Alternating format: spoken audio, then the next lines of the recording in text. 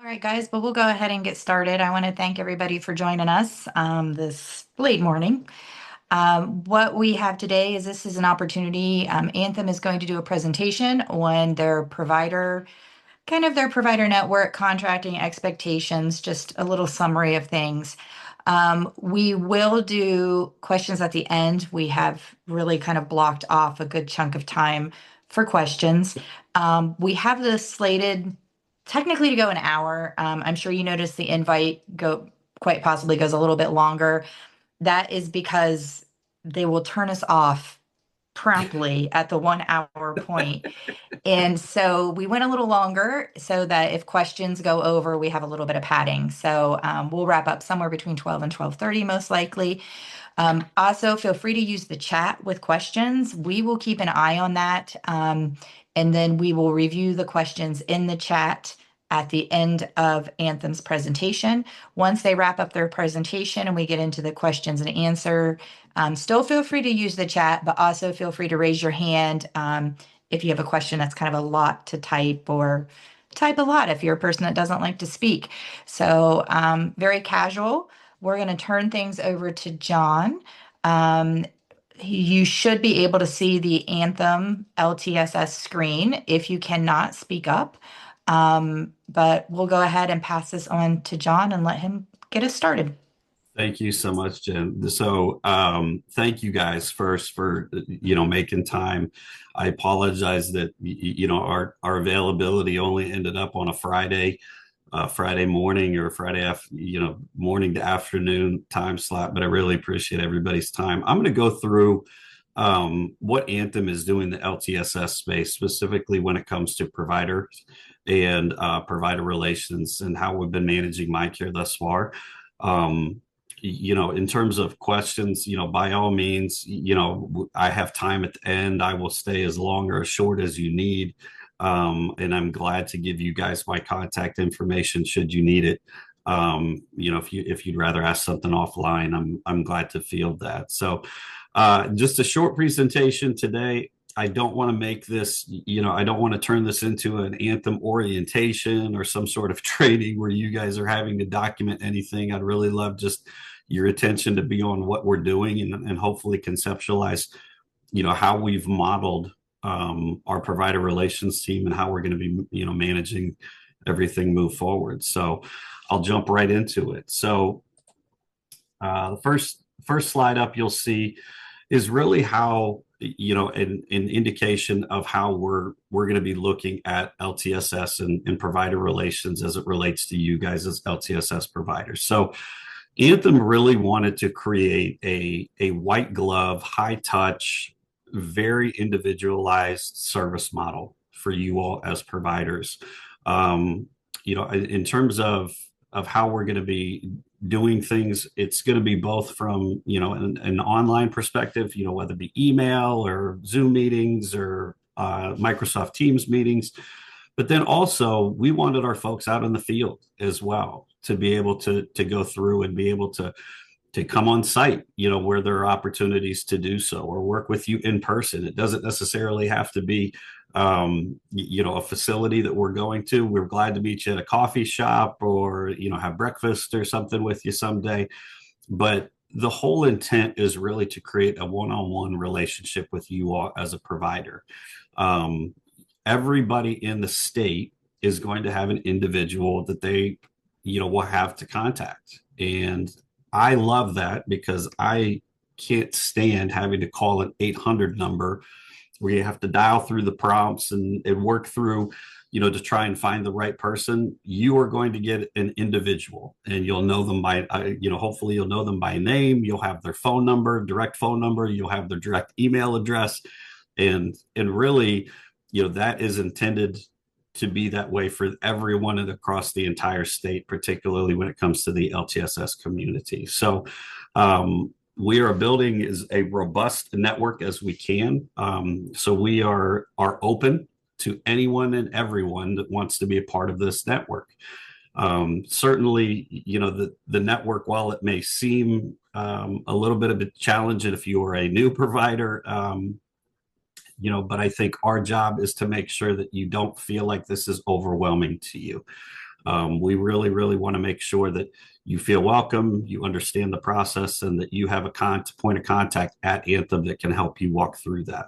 So that's really how we're set up. In terms of roles within the teams, as I mentioned, everybody's going to have an individual that they're responsible for. If you can't recall who that is, we do have a general inbox, but our LTSS provider relations representatives are really there to develop relationships with you all. And whether that be claims issues, whether that be training or any sort of resources that you may need, that's what that person is there for. I talked, mostly about what their role is going to be within the state first, but everybody is regionally located throughout the state. So we have someone up in Cleveland, we have someone in Toledo, we have someone in Columbus. We're actually hiring, and I'll talk a little bit about this later. We're hiring folks down in the southern portion of the state as well. So they are within driving distance, and if you need to meet them in person, they're happy to come on site and do so. With regards to contracting, we have a specific individual who is just dedicated to contracting with LTSS providers. So you are not joining the hundreds of providers, whether it be hospitals or individual physicians in the queue there. But we have someone specifically dedicated to you all as providers to help you with your contracting needs. So whether it's onboarding, whether it's recruitment, we want to make sure that, again, you have an individual there to reach out to. The next step is the claims educator. And this person typically works behind the scenes of our provider relations representatives, but nevertheless does have plenty of provider contact. But this is the person that really is there to help you with any sort of claims issues that come up. They work really, really closely with our LTSS provider trainer, and their job is to really give you all of the information and all of the resources that you might need to make sure that you are minimizing as many claims issues as you might have. As you can imagine, this is new for some folks. And so we want to ease that burden as much as we possibly can. And that's where the claims educator role comes in. The next role you heard me talk a little bit about is we have someone specific for LTSS provider training. And so this individual is going to be there to set up both trainings for individuals or independent providers, as well as agency providers. And they handle orientation. We also run office hours, but their whole focus is to get you the education and the resources that you need to be successful as a provider and help our members.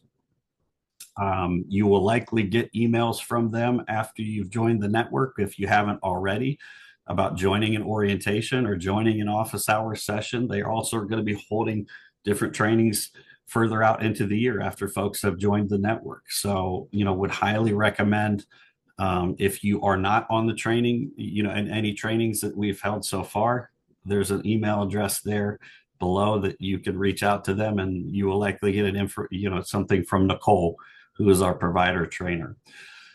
One of the more unique roles that we do have, or the last two, that are two more unique roles within the payer space, and particularly the LTSS space as well.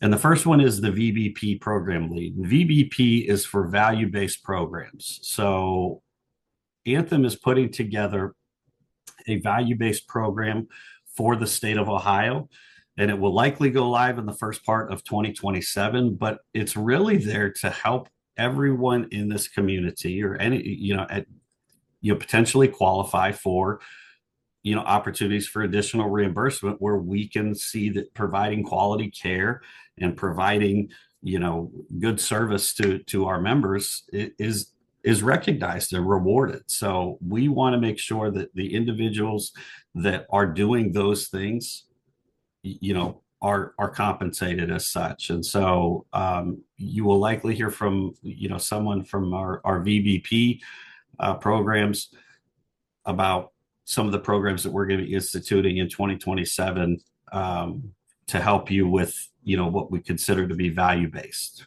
The last one there is workforce development. So as you all are well aware of, the workforce for LTSS providers is a tough one, and it's one that has a lot of turnover, and it's often one that we're trying to grow. Quite frankly, this is a growing need, more with more folks trying to stay in the home.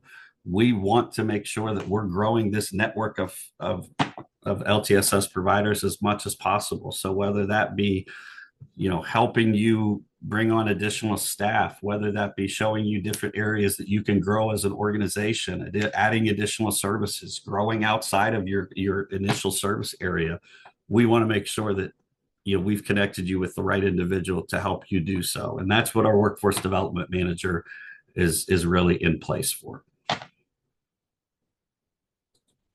So that was the staff. And so here's a little bit more about the staff that we have. So, I will, Jen, if it's okay with you, I'll send you this deck, and you are more than welcome to pass this along to the group. But on the far left there, you see all of our provider relations representatives. So Laura is up in the Northwest. She lives in Toledo and handles the Northwest and kind of drifts over into the Akron area. Hashim Dean L is located in Central Ohio and has really that 70 corridor across the state of Ohio, east to west. So you'll probably hear from Hashim as as the month goes on, or as we get closer to go live. Katie Lally is focused up in the Cleveland area, so has a lot of providers up in Cleveland, Youngstown, those counties up there. And then the next two roles you see there, we're currently attempting to fill. And we just had someone retire, unfortunately for us, but fortunately for them, they've been able to retire. But we're looking to try and fill those roles for the southern really portion of the state. That will service Dayton, they will service Cincinnati area, and then into the more rural counties across to the eastern border of the state. We also anticipate adding an additional person towards the end of the year. So really, as Q3 comes on, we're looking to add an additional person as well, which only further amplifies what we're able to do in terms of service for you all, and make sure that you guys are taken care of. I see a question in there. How do statewide providers determine who the rep is? You will be assigned, that's a great question. You will be assigned one provider or one provider relations representative. So depending on where you're located, if you are located within the state, we tend to think the home base is the easiest place to make that connection. But if you reside outside of the state, that's also fine too. We'll make sure that you're connected with an individual.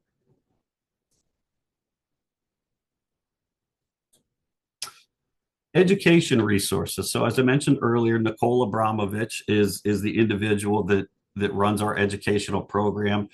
And she set up really just a number of touch points across, the entire continuum of what we do to make sure that you all feel as comfortable as you need, and you have an outlet to get the answers that you need. So the first thing that you see there is virtual office hours. So several times a month, over the course of the month, we do hold office hours for both independent and agency providers. We recognize that the business models are very, very different, so we want to be accommodating to that.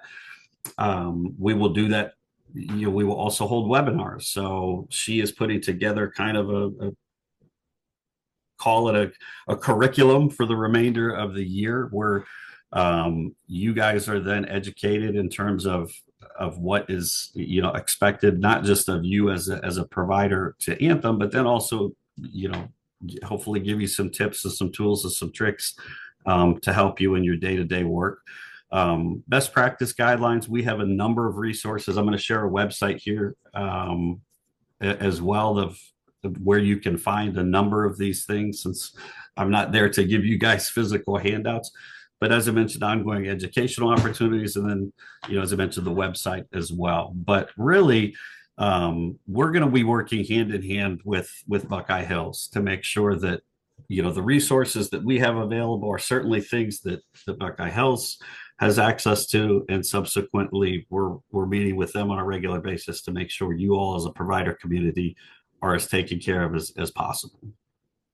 I'd also be remiss too to mention that we do have a newsletter. So if you have questions or about things, we publish a newsletter on a monthly basis, and to do so, I would highly recommend you. There's a link here in this presentation that I will send out that will show you guys where you can sign up for that newsletter too. It's great. It gives you, current events that we see happening in the field. It may give you occasional tips just to help you in your day to day, but nevertheless, please, I would encourage you to sign up for that newsletter.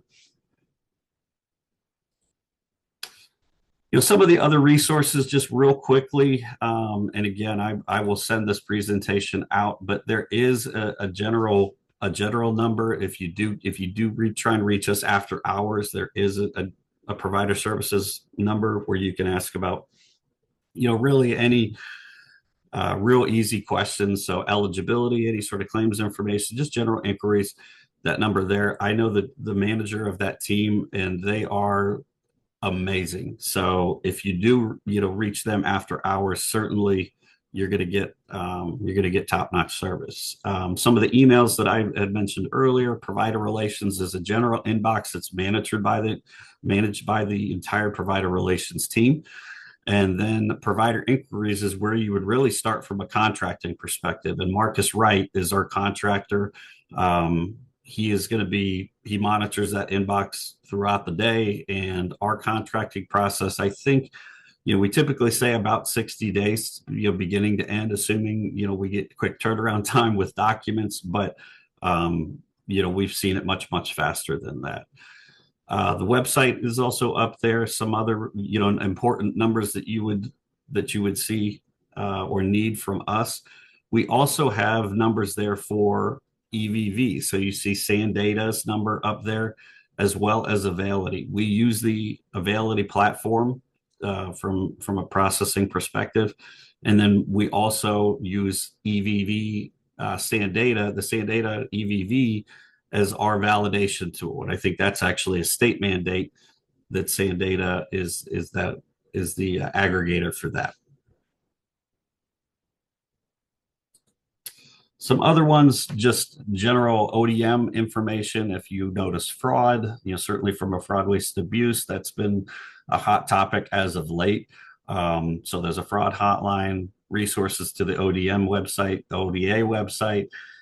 Certainly, if you don't know how to get a hold of Buckeye Hills, there's an area agency link, and then just in terms of your long-term care ombudsman, they are oftentimes great resources for you all as a provider community. So I know that was very, very fast. I really wanted to use this opportunity for you guys to ask questions if you had them.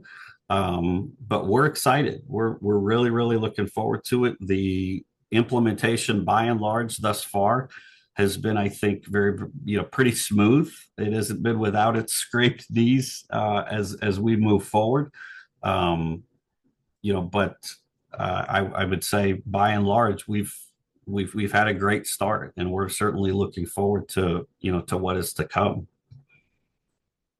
So at this time, I can turn it over to Jen. I can turn it over to you, and if there's any questions, I'm glad to. Please fire away. Yeah, so if you have any questions, raise your hand or utilize the chat. Has anybody got anything? I know it's Friday, but Hey, John, quick question. Justin here from Nutrition for Longevity. Yeah. I just wanted to confirm with you. I know last time we spoke, Hashim was our rep, since we're obviously statewide. That still continues, correct? That is correct. All right. Just wanted to make sure. Yeah, you got it. Thank you.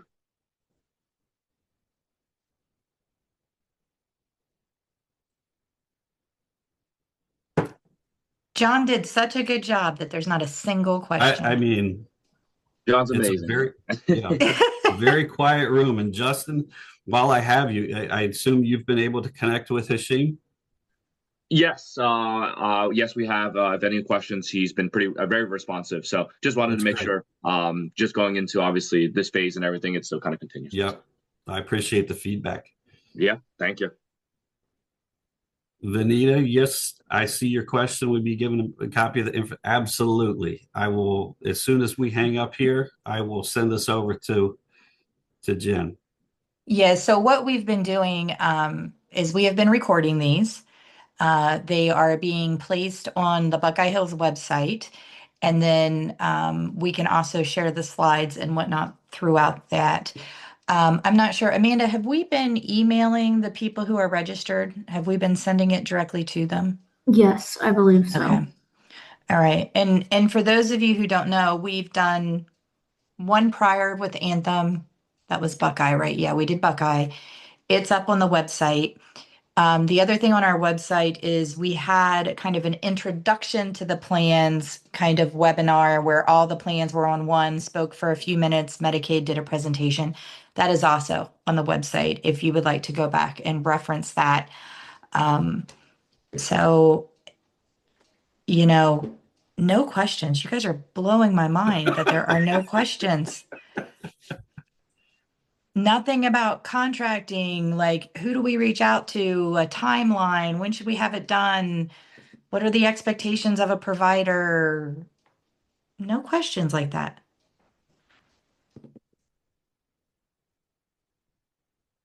You guys are Okay. making my life easy today. Yeah, mine too. So maybe we should do these on Fridays more often. You I know don't know. what? No. We're on to something. We're on to something. Oh, and That was Amanda me. I just just, dropped the link in chat. yeah, Amanda just dropped the link in the chat to get to all the webinars and the information. All right. Heather King just asked, what are the expectations of the provider? Well, Heather, fantastic question. Our expectations of the provider are really, I would say, first things first, I would make sure you're contracted. So that's going to be the easiest, first easiest step. And then after you contract with us, I would say my recommendation, and this is certainly up to you all as a provider, is I would highly recommend uh, enrolling in EFT or electronic funds transfer, basically electronic payments or direct deposit. Reason being is that tends to be a much, much faster way to be reimbursed. Once you've completed that, the next step is going to be orientation. So take an orientation. If you are an independent, we hold independent orientation session. If you're an agency or you're coming from an agency, we hold an agency orientation. And those are going to be things that will probably be shared with you in an email response email after your contract has been executed. So we'll make sure you get your hands in touch with that. The other thing is I would connect with your provider rep. And oftentimes folks have told me that their provider rep reaches out to them before they've had an opportunity to reach the provider rep. So really, our job is to make sure that you feel comfortable with Anthem and reaching out to Anthem if you have questions or when you do start service with particular member that you're saying, okay, I've done the service, now what are next steps or whatever it is. But I think the biggest thing is, making sure that that Anthem rep is there to hold your hand along the way if need be, and really make sure that you guys are able and free enough to provide as quality a care as you possibly can. We certainly recognize the time it requires to do that, and we want to make sure that you have all the resources to be able to do that. And I want to tag on to this a little bit, and I'm sorry if this is known and I'm repeating the obvious. But as we transition into MyCare, and we talk about contracting with the providers, I want the providers to understand that we're being told, as a guess, an estimate, a guesstimate, that up to 80% of our consumers who are currently on Passport are going to be transitioning to MyCare. So if you are currently a MyCare provider, there's the possibility, or a Passport provider, there is the possibility that 80% of those people that you are providing service for right now are going to move over into MyCare. And if they move over into MyCare and you are not contracted with a plan, either one of them, all four of them, uh, you will no longer be providing that service because the reimbursement and the payment for those services is no longer going to happen through Buckeye Hills and the Area Agency on Aging. How you bill now through us for passport services is going to stop. You are going to be billing the plans, and if a plan's consumer is on your caseload. So when I said you can contract with one plan, well, let's say hypothetically you only contract with Anthem. You will be providing services for Anthem's members. Where if you contract with all four plans, you'll be providing services for all four plans members. So connecting with these plans, understanding the contracting, and yours is Abilla, right? Is that no? Who do you use for billing, John? Ability. Ability. Okay. Abilla is somewhere in my life. Ability. You're going to have to get connected with that. You're going to be submitting your claims through the plans and you're going to be getting your payment from the plans. So this whole dynamic is changing. No one is requiring you to contract and participate in MyCare. As you're contracting, you're agreeing to become essentially like a network provider for whichever plans you contract with. You aren't required to do it, but just know that if you don't, there is that potential for 80% of your for your clients in Passport, they're going to shift over. How will you know what plan our clients are in? That's like the $1 million question. We will find out. There is going to be somewhat of a lift in tracking and knowing where folks are in the plans because they can switch plans. And one of our greatest fears is keeping track of everybody because even our role is changing. You work with a care manager, what we call a care manager or a case manager with the Passport folks. As we move into MyCare, our care managers are going to slip in a role that's called waiver service coordination. It's much more streamlined. And then there's going to be a care coordinator at the plan. So each person will have 2 points of contact for their long-term services and supports. So hopefully between those two people, us, the plan care coordinator, and the provider, we can offer some good support and keep track of where everybody is. That's it. And That's a great point. hopefully the movement settles down. I don't know. In my brain, I think in the beginning, movement might happen a little more because you're trying to find the plan that's going to best suit them. And when they finally find one that covers their doctors, covers their meds, they'll stay put. So we won't be chasing people nearly as much. The other thing to bear in mind is that there will always be people turning over into MyCare because it's an age-based type of eligibility, and you're always going to have people turning that age. So we're always going to have people coming in and moving and shifting, but hopefully after the largest group comes in, it kind of settles down. It's also not going to be a light switch. Our region and AAA 8's region, we go live August 8th. It isn't like on August 8th, 80% of our people are going to wake up and be on MyCare. It's going to be a little bit of a trickle effect that will probably take 90 to 120 days for the bulk to move over. So we're going to have time to kind of get our feet wet and figure out what we're doing and figure out processes. Who can our providers reach out to in the absence at this time of an assigned rep? So fantastic question. There's a general inbox and that is monitored by all of our PR reps. So all of our provider relations reps really watch that general inbox, for situations just like this. If someone doesn't know, the website or the email address is actually in the presentation, but I'll put it in the chat as well. It's OHLTSS provider relations at anthem.com. So I will put that in the chat right now. And if you guys have questions, even prior to your go live or even prior to contracting, if you have questions, please don't hesitate to reach out. I mean, we're a resource. So please use us accordingly. Okay, we have a complex multi-point question here, and I'm going to kind of go backwards on it. Do you have to be Medicare? So in the world of MyCare, it is a dually eligible program, a D-SNP, FIDE-SNP. A FIDE-SNP is a fully a fully integrated, dually eligible special needs plan, meaning they're both Medicare and Medicaid eligible. So yes, in that MyCare space, yes. They say providers do 60 and up. Are they allowed to be doing 19 and up? We know that MyCare starts younger, starts at 21, right? 21 and up. Yes. In the AAA world for waiver service coordination, we're doing 60 up. Are providers able to play in that space of the younger ones if they contract with you?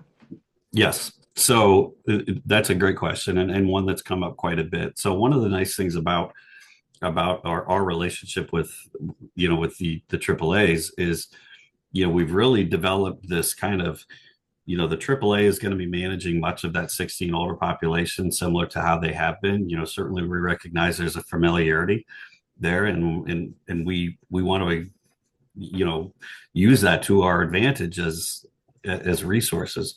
For those that are younger than 60, 59 and younger, there's still going to be a care coordinator involved. So they will receive a care coordinator, a case manager, care coordinator, whatever you want to call them, for anyone who is 59 and younger and is an Anthem member as well. And so they'll be assisting with authorizations, person-centered care plans, assessments, things like that. So you can absolutely service that community. Okay, the next part of their question was payment reimbursement amount. So the payment reimbursement amount is we reimburse 100% of Medicaid, per state guidelines. I don't know what CareSource and Molina and Buckeye all reimburse, but we are 100% of Medicaid. Okay. Is there a charge for contracting? And contracting is entirely free. Okay. Next question. Do you have a ballpark figure of what it costs to use the trading partner for billing? Availity is free. Okay. So there is no cost to be able to file claims through Availity. On top of Availity, Anthem actually has, and this is something that we share in our orientation, Anthem actually has an application called Care Central, which was designed entirely for the LTSS community. And it was designed because Availity is a fairly robust claims processor or trading partner. And of what Care Central does is it takes what is in Availity and kind of pares it down. So there's usually only about 7 fields, I believe, to fill out with Care Central. And it pulls all of the information and pre-populates as much of the information as we possibly can for those claims. After I, just to have some testimonials, I've worked, we continue to work with providers that use Availity or use Rhino Bill or use, some other trading partner. And then once they see Care Central, they go, oh my gosh, this is 100 times easier than what I was doing before. So it's been really, really well received.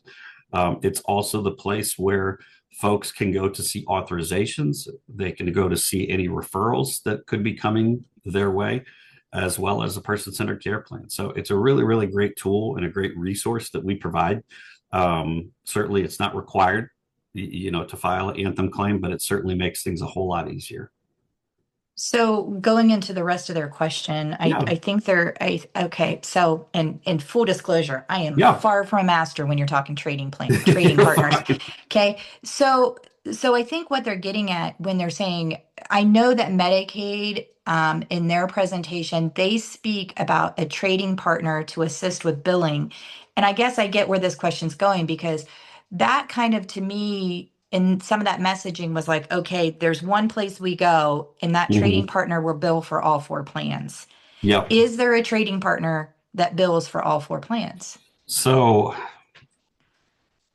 I know Availity, I can speak to, I can't recall if all of the trading partners, the 4 major players, so Buckeye and, Molina, CareSource, and us, I believe the majority of us use Availity. The majority of us do. I can't speak definitively to the other ones. I apologize. But so the remaining part of the question is it more beneficial to manually bill? We were told that if we manually bill, we would have to check to see what plan each client has before billing.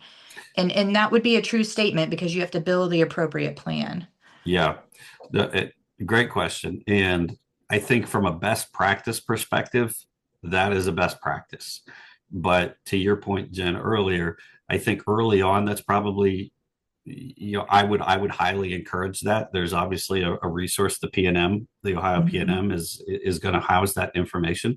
But I would say as you continue to get further into MyCare, it's probably great. I think, even when we all go to the doctor's office and they say, have you had any changes in your insurance information? I think that's a fair question to ask the patient, is to say, have you had any changes in your MyCare plans? And then if they say no, then, certainly that makes life easier on you. But that information can also be found in the PNM. Okay. Any other And questions? just to tack on to what I was saying, and Jen, you had referenced it earlier. I do think the challenge is going to be early on, and not so much because folks are going to MCOs, managed care organizations, but I think because they have the opportunity to change every month. It isn't like a commercial that's plan. Terrifying. Yeah, I'm not sure I understand the logic behind it, but I think nevertheless we're trying to be as accommodating as we possibly can. So it certainly puts pressure on you all as providers to make sure that you're billing the right plans, but at the same time too, that information is available to you all. So somebody asked, for MyCare LTSS claims, does Anthem suggest using OHM's One Front Door for submission? Yes, so we do, and that is maybe the better question is this: depending on it. So here's a great point of clarification. So DODD claims have to be billed directly to the state. That's something that we as Anthem weren't given access to be able to manage, and that's fine. We're certainly willing to do that, but I want to make sure that folks understand that if you do have DODD claims, those need to be directly to the state. With regards to all other, waiver claims or Medicaid claims, those can be billed through Availity, and they do go through the One Front Door submission process. So the One Front Door submission process is effectively, it happens in the blink of an eye, but at Anthem, you could almost think of as the messenger of the response from the state. So when you do fill those, or when you do process those claims, and there is a rejection, or if there is an issue with the claim, that's oftentimes something that we have, worked. The state has told us that, this claim is, rejects or denies or whatever it is, in order to make sure everything is clean. Okay. So the next question is, so if we have a client that has Anthem and say they want to switch a day for a one-time appointment, who would we contact? Well, they're not able to switch that quickly, are they? It's once a month. Yes. So it is once a month, but then the effective date becomes the first day of the month, the following month. Yeah. Correct. Yeah. So I guess we didn't necessarily answer who should you contact, but I mean, have you guys really experienced people? Because this shines a spotlight in a different area I hadn't gone. do you experience people who are kind of jumping in order to get coverage about a specific thing, and then jumping back? We haven't as much as I would have anticipated. You know what I mean? Like maybe I'm just being negative Nancy or just kind of being overly cautious, but we haven't noticed folks jump from one plan to another. I think the process, to be entirely honest, is something that is available, but at the same time, I don't know if it's necessarily very easy for the member to do that, because there is the enrollment process isn't certainly something that you can just I'm changing cable providers, but I would say for the most part, a lot of our folks have stayed. I think the challenge for, for most members that want to do that is, and I'm not suggesting that we're all the same, but I think by and large, for the most part, a lot of us, the answers that they may not love with Anthem are going to be the same answers they get with, Buckeye or CareSource or Molina. Those are typically the folks that we see where, a member is unhappy, but I think they have to feel out which network is right for them. Okay, so we had a comment to follow up on that, Yeah. and it's from Rhonda, our provider relations manager, Yes. and she has much more insight into this than I do. Yeah. She said, this may be pertaining to contacting case managers for a change in service date, which is a requirement for Passport. Yes, that's what Heather said, who asked the original question. So who would they contact? So are you asking that because there's both a waiver service coordination person and a care coordination person? Out of those two, who would they contact if they need to change a day for a one-time appointment? Yes. Okay. Heather's quick. I So like that. She's like yeah, waiting. so maybe I'm not fully So, okay, so what I think this is about is if you have a provider going to provide a service and the member calls and says, "Hey, I can't do today because I have an appointment. I need to change my date, my day." So, are they supposed to let the waiver service coordinator know, or are they supposed to let the care coordinator at the plan know? Fantastic question. I would say if they are 60 and older, my preference, just because you guys have, the relationship oftentimes with that member, is to work with you all.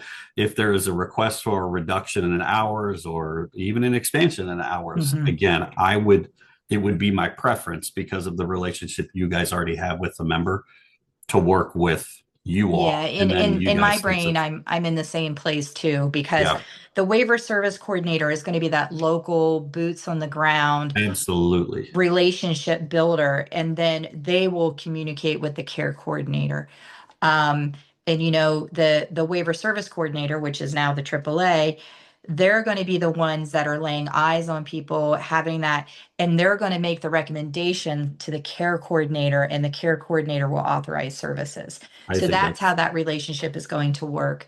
So start with your waiver service coordinator, and go from there. Yeah, we have plenty of folks that we've been, and quite honestly, it's been a nice thing to be able to partner with a lot of the AAAs around the state. Any other thoughts or questions?